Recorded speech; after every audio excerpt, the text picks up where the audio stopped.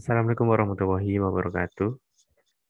Selamat datang teman-teman calon programmer di channel programmu.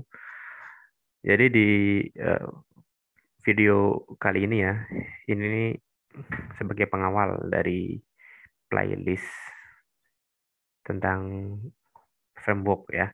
Kita akan belajar tentang framework. Setelah kita ini udah belajar tentang PHP dasar, HTML dasar, CSS gitu. Terus nanti kita udah belajar OOP juga ya. Kita udah belajar OOP juga. Untuk sekarang kita akan langsung belajar tentang framework gitu. Nah, untuk framework di sini ya, untuk saat ini kita makainya kode Igniter 3. Nah, kenapa sih pakai ini gitu ya? Nanti saya jelaskan kenapa masih pakai versi yang ini. Di video ini ya, di playlist video ini nanti kita akan belajar langsung membuat web dari sistem login sampai uh, CRUD-nya ya. Kita akan langsung praktek, jadi nggak perlu banyak materi, kita langsung aja praktikum. Teman-teman membuat suatu website gitu. Nah, apa sih yang akan kita pelajari gitu? Yang pertama adalah ada login dan registrasi ya. Itu perlu.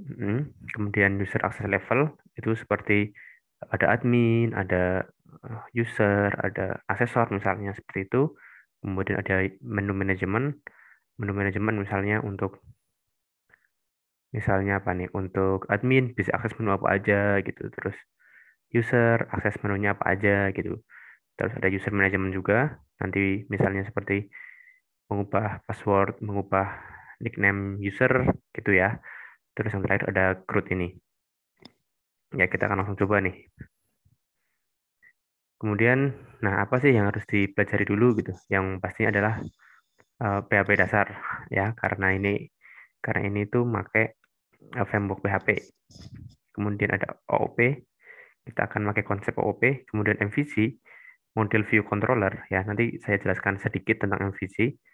Kemudian kode Igniter 3 ya yang akan kita gunakan ini, kemudian Bootstrap 4 dan yang terakhir tentang database-nya. Gitu, kita akan langsung coba semuanya gitu ya. Nanti linknya saya siapkan, eh, bisa diinstal teman-teman ya.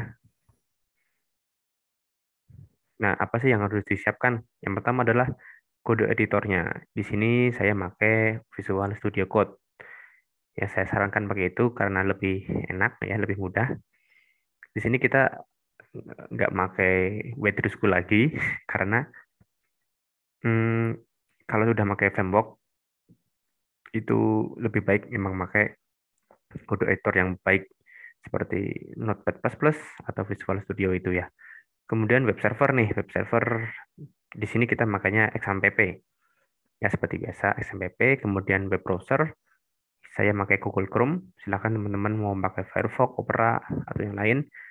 Kemudian ada kode Igniter. Ya nanti linknya saya siapkan, link downloadnya. Kemudian ada Bootstrap ya. Bootstrap di sini ada SB admin 2. Kenapa saya milih template SB admin 2? Yaitu karena di sini udah pakai Bootstrap 4. Oh ya, Bootstrap itu juga termasuk framework ya, framework CSS gitu. Nah, ini kita bahas sedikit ya tentang MVC.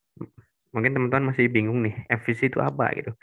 MVC ini nantinya akan ditemui teman-teman ketika udah apa namanya, udah pakai framework gitu ya. Nah, maaf, pola arsitektur pada perancangan perangkat lunak berorientasi objek gitu. Nah, tujuannya itu untuk memisahkan antara tampilan, kemudian data, dan proses ya dipisah.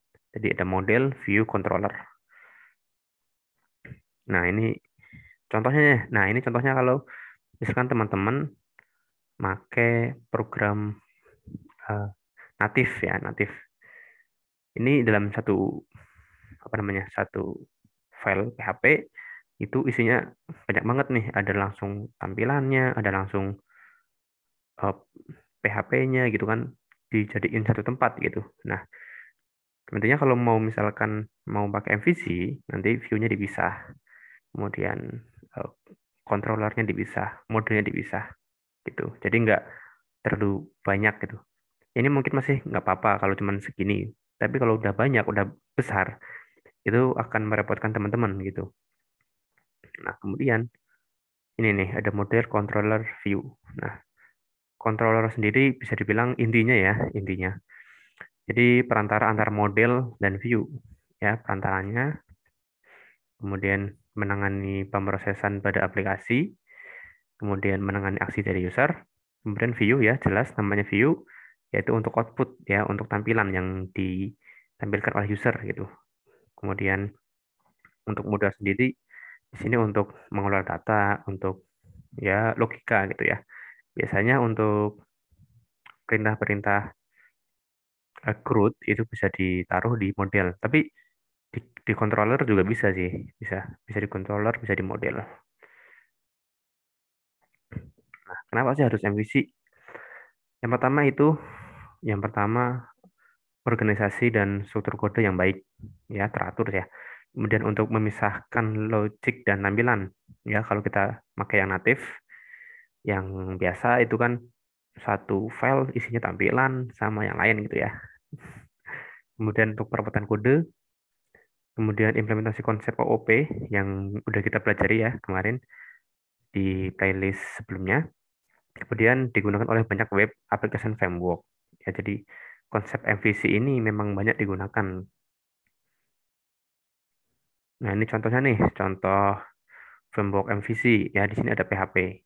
PHP itu ada framework Code Igniter, Laravel, ada Y, ya. Di Java itu juga ada macam-macam ya. Di JavaScript juga sama, ada React juga. Tapi di sini kita akan belajar tentang Code Igniter ya. Nah, ini penjelasan sedikit tentang framework. Apa sih itu framework? Gitu. Framework itu ya kerangka kerja ya yang berguna untuk programmer dalam proses coding mengcoding gitu. Nah, jadi sekumpulan kode yang penggunaannya itu untuk mempermudah programmer dalam membuat aplikasi atau website atau teknologi lain gitu. Nah, ini eh, gambaran aja ya. Jadi yang sebelah kiri saya ya, itu framework, sebelah kanan saya ini native ya. Kalau kita pakai native untuk nampilin hasil primary saja, itu ada apa namanya? Ada CSS di atasnya, kemudian di bawahnya manggil kelas button.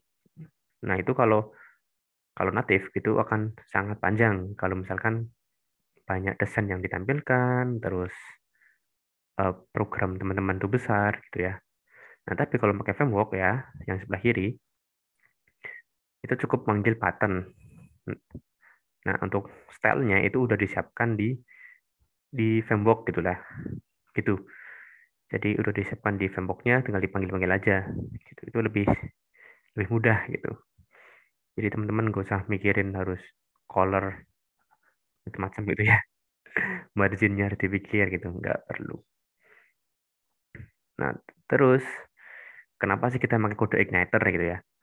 Dan versi 3 lagi. Nah, untuk kode igniter sendiri atau CI ya, kita sebut CI. CI itu sebuah web application network yang bersifat open source, gratis ya, yang digunakan untuk membangun aplikasi PHP dinamis. Jadi CI ini menjadi sebuah framework PHP dengan model MVC, model view controller, untuk membangun website dinamis dengan menggunakan PHP yang dapat mempercepat pengembang untuk membuat sebuah aplikasi web. Nah, selain ringan dan cepat, CI itu juga punya dokumentasi yang super lengkap disertai dengan contoh implementasi kodenya. Nanti saya share link do, saya nanti share link dokumentasinya biar teman-teman kalau misalkan bingung cara upload file atau edit edit menu gitu atau edit apa gitu lah. Itu ada di dokumentasi CI. Nanti saya share juga linknya. Nah, keunggulan CI ini kenapa saya milih CI dibanding Laravel dan yang lain gitu. Bahkan kenapa CI 3 gitu. CI itu size-nya kecil ya, kemudian cepat, fleksibel, MVC juga, dapat dimodifikasi dan mudah dipelajari. Nah, sebenarnya CI itu udah versi 4 ya di video ini dibuat. Di video yang saya buat ini CI itu udah ke 4 versi 4. Nah, tapi kenapa sih kok belajarnya CI 3 gitu? Menurut saya pribadi ya, CI 3 itu lebih mudah dipelajari gitu. Jadi kalau misalkan teman-teman udah menguasai CI 3, kemudian mau nyoba framework lain, entah itu Laravel, entah itu Yi, bahkan ke C4, itu kalau misalkan teman-teman belajar lagi, itu insya Allah lebih mudah dipahami gitu. Itu. Jadi saya rasa mungkin CI 3 tuh emang lebih enak dipelajari. Tapi kalau teman-teman udah implementasi ke website teman-teman, apakah masih Word pakai C3? Masih Word gitu. Cuman kalau kalau bisa teman-teman memakai CI yang versi 4. CI 3 ini masih menggunakan PHP 5. Kalau nggak salah 5. Untuk CI 4 itu udah menggunakan PHP 7. Jadi oke lah kalau untuk belajar masih Word karena mudah dipelajari, mudah dipahami.